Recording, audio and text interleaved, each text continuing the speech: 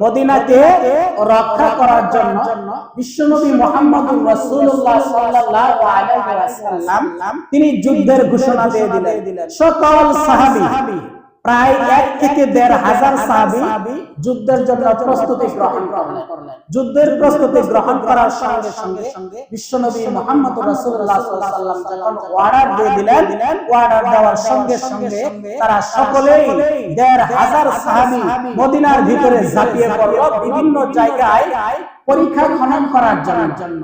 যুদ্ধ করতে হলে মানে আগের যে যুদ্ধের যে সিস্টেম গুলো রয়েছে ওই সময় যখন যুদ্ধ করত গর্ত করে রাখতো, খনন করত, গর্ত করত, তারা এই গর্তের ভিতরে লুকিয়ে থাকতো। যখন আবার উপর তীর মেরে আবার গর্তের ভিতরে চলে যায়, যাতে করে অন্যরা এই তীরগুলো নিক্ষেপ করতে না পারে। এইভাবে কি করত তারা? এই খনন গুলো করত, গর্ত করে সেই জায়গায় তারা থাকতো।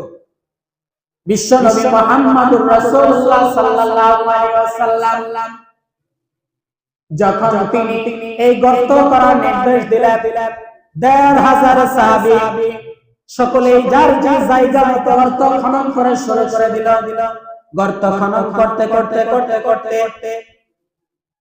একটা গর্তের ভিতরে বিরাট বড় ধরনের একটা পাথর বের হয়ে গিয়েছে। এই পাথরটা যখন বের হয়ে গেল, এত বড় পাথর, এই পাথরটা ভাঙার কোনো ক্ষমতা নেই। বিশ্বনবী মুহাম্মদুর রাসূলুল্লাহ সাল্লাল্লাহু আলাইহি ওয়াসাল্লামকে জানানো হলো, ইয়া রাসূলুল্লাহ, আমরা যে জায়গায় গর্ত করতেছি এই গর্তের মধ্যে বিশাল বড় ধরনের একটা পাথর বের হয়েছে। এই পাথরের কারণে আমরা গর্ত করতে পারতেছি না, গর্ত খনন করতে পারতেছি না। বিশ্বনবী মুহাম্মদুর রাসূলুল্লাহ সাল্লাল্লাহু আলাইহি ওয়াসাল্লাম অন্য আরেক জায়গায় তিনি গর্ত খোদার জন্য তিনি চেষ্টা করতেছেন। সেই জায়গায় বিশ্বনবী চলে আসার পরে এই গর্তের ভিতরে ঢোকার আগে বিশ্বনবী মুহাম্মদুর রাসূলুল্লাহ সাল্লাল্লাহু আলাইহি ওয়াসাল্লাম বলতেছে, আমাকে একটা কোদাল দাও, এই কোদালটা নিয়ে আমি এই গর্তের ভিতরে নেমে পড়ব। বিশ্বনবী মুহাম্মদুর রাসূলুল্লাহ সাল্লাল্লাহু আলাইহি ওয়াসাল্লাম একটা কোদাল হাতে নিয়ে ওই গর্তের ভিতরে ঢুকে পড়ল। গর্তের ভিতরে ঢোকার সঙ্গে সঙ্গে বিশ্বনবী ওই কোদালটা দিয়ে যখন পাথরের উপর আঘাত করলো, পাথরের উপর আঘাত করার সঙ্গে সঙ্গে ওই পাথরটা ভেঙে চুরমুর হয়ে বালুর সঙ্গে মিশে গিয়েছে। চিৎকার করে বললেন সুবহানাল্লাহ। যেই জায়গায় 6 থেকে 7 জন এক একটা গর্ত তারা ভাগ করে নিয়েছে, এক একটা গর্ত 6 থেকে 7 জন, 8 জন, 10 জন, 12 জন করে খুঁড়তেছে, খনন করতেছে। তারা 10 জন 12 জনের সাহস হলো না এই পাথরটাকে ভাঙা। বিশ্বনবী মুহাম্মদ রাসূলুল্লাহ সাল্লাল্লাহু আলাইহি ওয়াসাল্লাম যখন একটা কোদালের ঘাড়া দিয়ে বাড়ি দিলেন, বাড়ি দেওয়ার সঙ্গে সঙ্গে চূর্ণ হয়ে বালুর মতো মিশে গিয়েছে। চিৎকার করে বলেন সুবহানাল্লাহ। এর মধ্যে যেই সকল সাহাবীরা 1 থেকে 1,500 সাহাবী তারা 3 দিন যাবত সেই জায়গায় অবস্থান করতেছে। এই 3 দিনের মধ্যে তাদের খানা পিনা নাই, তারা খেতে পারে না, তাদের শরীর দুর্বল হয়ে আসছে। বিশ্ব নবী মুহাম্মদুর রাসূলুল্লাহ সাল্লাল্লাহু আলাইহি ওয়াসাল্লাম 3 দিন যাবত না খাওয়ার কারণে বিশ্ব নবী মুহাম্মদুর রাসূলুল্লাহ সাল্লাল্লাহু আলাইহি ওয়াসাল্লাম যখন কোদালের ঘাড়াটা দিয়ে পাথরের ভিতরে বাড়ি মারতেছেন, এই মুহূর্তের মধ্যে একজন সাহাবী দেখতেছেন তাকিয়ে, যেই সাহাবীর নাম হচ্ছে জাবের রাদিয়াল্লাহু তাআলা আনহু। ওই জাবের রাদিয়াল্লাহু তাআলা আনহু তিনি কি দেখতেছেন? বিশ্বনবী যখন ওই পাথরের ভিতরে কোদালের ঘাড়া দিয়ে বাড়ি দিচ্ছেন, বাড়ি দেওয়ার সঙ্গে সঙ্গে বিশ্বনবীর পাঞ্জাবিটা একটু সরে গেল। সরে যাওয়ার সঙ্গে সঙ্গে তিনি দেখতে পারলেন তার পেটের ভিতরে পাথর বাঁধা। এই পাথরটা কি জন্য বেঁধেছেন? বিশ্বনবী মুহাম্মদুর রাসূলুল্লাহ সাল্লাল্লাহু আলাইহি ওয়াসাল্লাম তার পেটের ভিতরে অনেক খিদা, এই খিদার যন্ত্রণার কারণে পেটের ভিতরে পাথর বেঁধে রেখেছেন। হযরত জাবের রাদিয়াল্লাহু তাআলা আনহু যখন তিনি দেখতে পারলেন বিশ্ব নবী না খেয়ে আছে, বিশ্ব নবীর শরীরটা হ্যাং হয়ে যাচ্ছে। জাবের রাদিয়াল্লাহু তাআলা সহ্য করতে না পেরে বিশ্ব নবীর কাছে অনুমতি নিলেন, ইয়া রাসূলুল্লাহ আমার একটু বাড়িতে যাওয়ার দরকার। বিশ্ব নবী মুহাম্মদ রাসূলুল্লাহ সাল্লাল্লাহু আলাইহি ওয়াসাল্লাম হযরত জাবের রাদিয়াল্লাহু তাআলা কে অনুমতি দিয়ে দিলেন। অনুমতি দেওয়ার সঙ্গে সঙ্গে জাবের রাদিয়াল্লাহু তাআলা দৌড়ে দৌড়ে তার বাড়ির দিকে চলে গেলেন। কারণ মদিনা থেকে যেই জায়গায় যুদ্ধ করতে এসেছে সেই জায়গা থেকে হযরত জাবের রাদিয়াল্লাহু তাআলা বাড়িটা একটু কাছাকাছি, এই জন্য জাবের রাদিয়াল্লাহু তাআলা বাড়ি চলে গেলেন। বাড়ি চলে যাওয়ার পরে বিবিকে ডাক দিলেন, বিবি গো, যখন এভাবে ডাক দেওয়ার সঙ্গে সঙ্গে বিবি বলতেছে, ও আমার স্বামী, তুমি যুদ্ধের ময়দান ছেড়ে আমার বাড়িতে তুমি কেন আসলে? হযরত জাবের রাদিয়াল্লাহু তাআলা বলতেছে, আমি এমনি আসি নাই, আমি এমন একটা কারণে এসেছি। আমার নবী, দয়ার নবী, মায়ের নবী আজকে 3 দিন যাবত খানা খাইতে পারে না।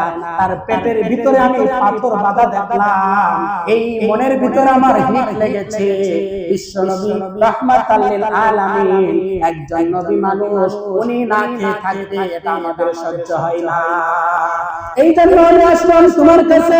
আবু বিবি, তোমার বাসার ভিতরে কি আছে বলো দেখি। জাবের রাদিয়াল্লাহু তাআলা স্ত্রী বলতেছে, আমি ঘরের ভিতরে খুঁজে দেখি আমার ঘরের ভিতরে কোনো কিছু পাওয়া যায় কিনা। হযরত জাবের রাদিয়াল্লাহু তাআলা স্ত্রী ঘরটাকে তন্ন তন্ন করে খুঁজে 3 থেকে 3.5 কেজি আটা পেলেন।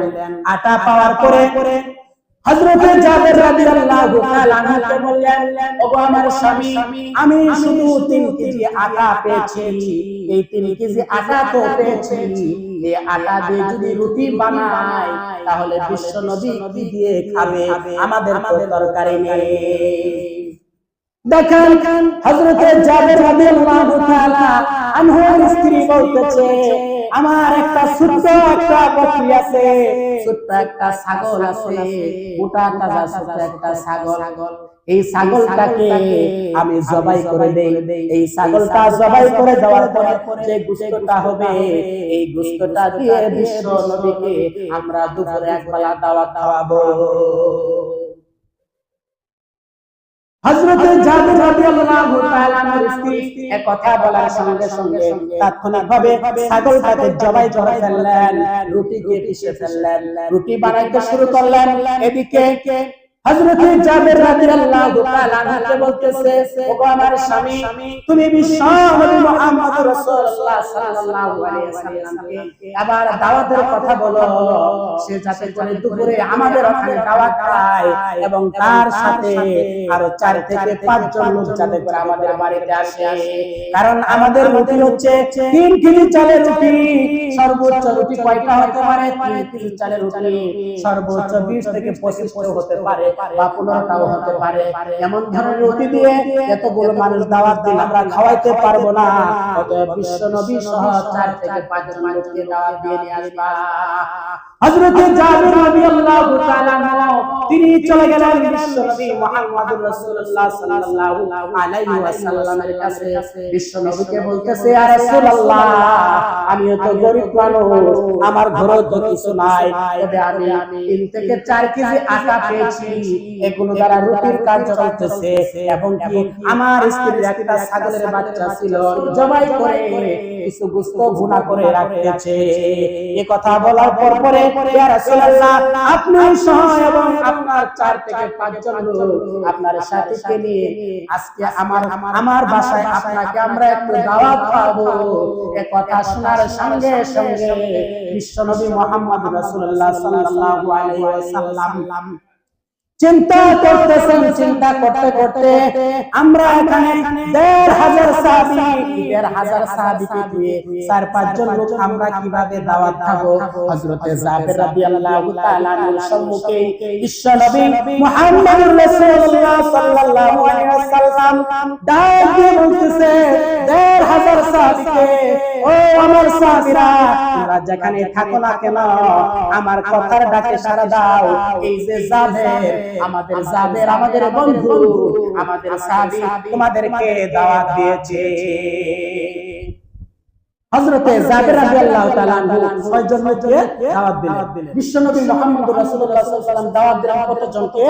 ১৫০০ সাহাবী। এই ১৫০০ সাহাবীকে দাওয়াত দেওয়ার সঙ্গে সঙ্গে সাহাবীরা চলে এসে পড়লো। আসার পরে বিশ্বনবী মুহাম্মদ রাসূলুল্লাহ সাল্লাল্লাহু আলাইহি ওয়াসাল্লামের সঙ্গে চলতে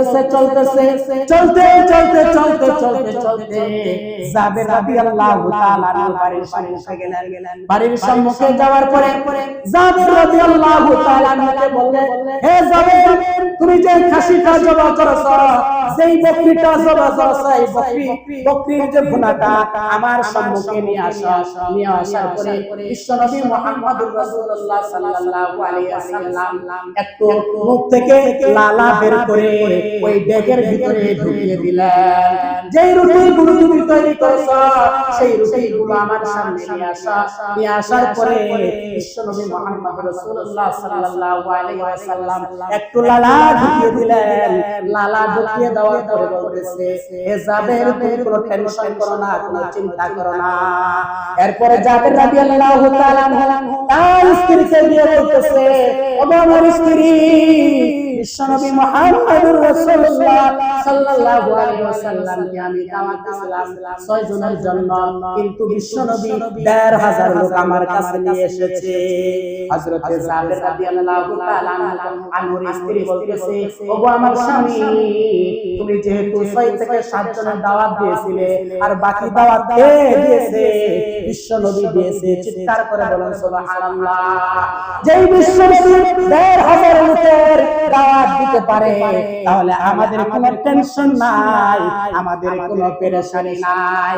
অতএব যেই সকল সাহাবীরা আমাদের বাড়িতে এসেছে, তুমি তাদেরকে খাওয়া দিতে শুরু করো।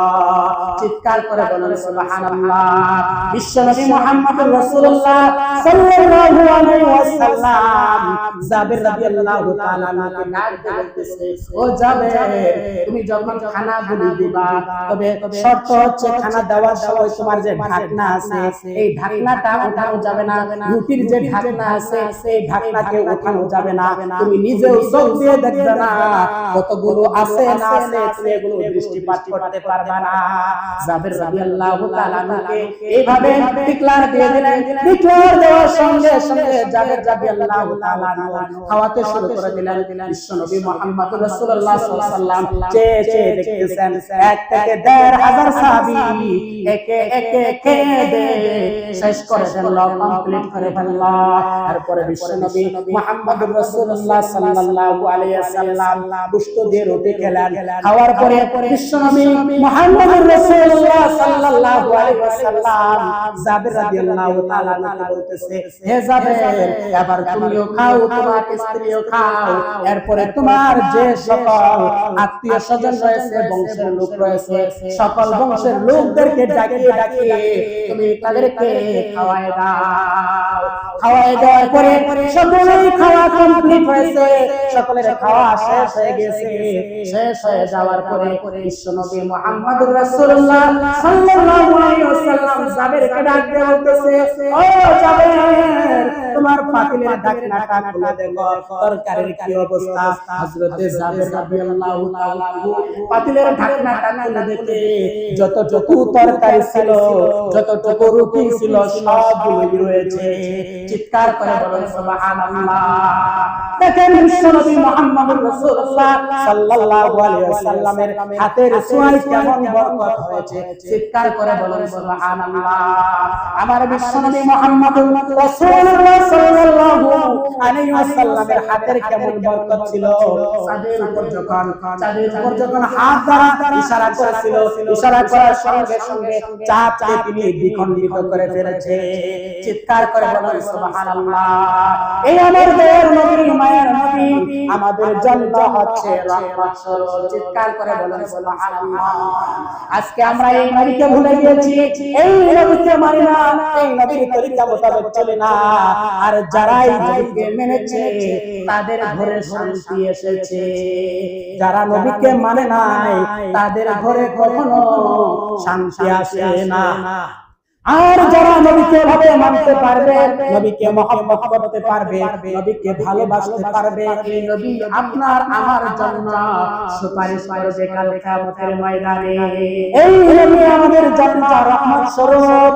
আজকে আমরা যেইভাবে মানুষের সঙ্গে অবৈধ আচরণ করতেছি, আমাদের কাজের ভিতরে অবৈধ কাজ, টাকার ভিতরে অবৈধ টাকা, ব্যবসার ভিতরে অবৈধ ব্যবসা, এই সকল ব্যবসা অবৈধ থাকার কারণে, টাকা অবৈধ থাকার কারণে আজকে আমাদের পারিবারিক জীবনে রহমত হয় না, ব্যবসার ভিতরে রহমত হয় না, হাতার ভিতরে রহমত হয় না, রিজিকের ভিতরে রহমত হয় না, খাওয়ার ভিতরে রহমত হয় না। এই রহমত না হওয়ার কারণ হচ্ছে আমরা বিশ্ব নবীকে মানি না। আমরা যদি পূর্ণাঙ্গভাবে বিশ্ব নবীকে মানতাম, তাহলে আজকে আমাদের সংসারে, আমাদের ব্যবসায়, আমাদের রিজিকের মধ্যে রহমত বরকত দিয়ে ভরপুর হয়ে যেত।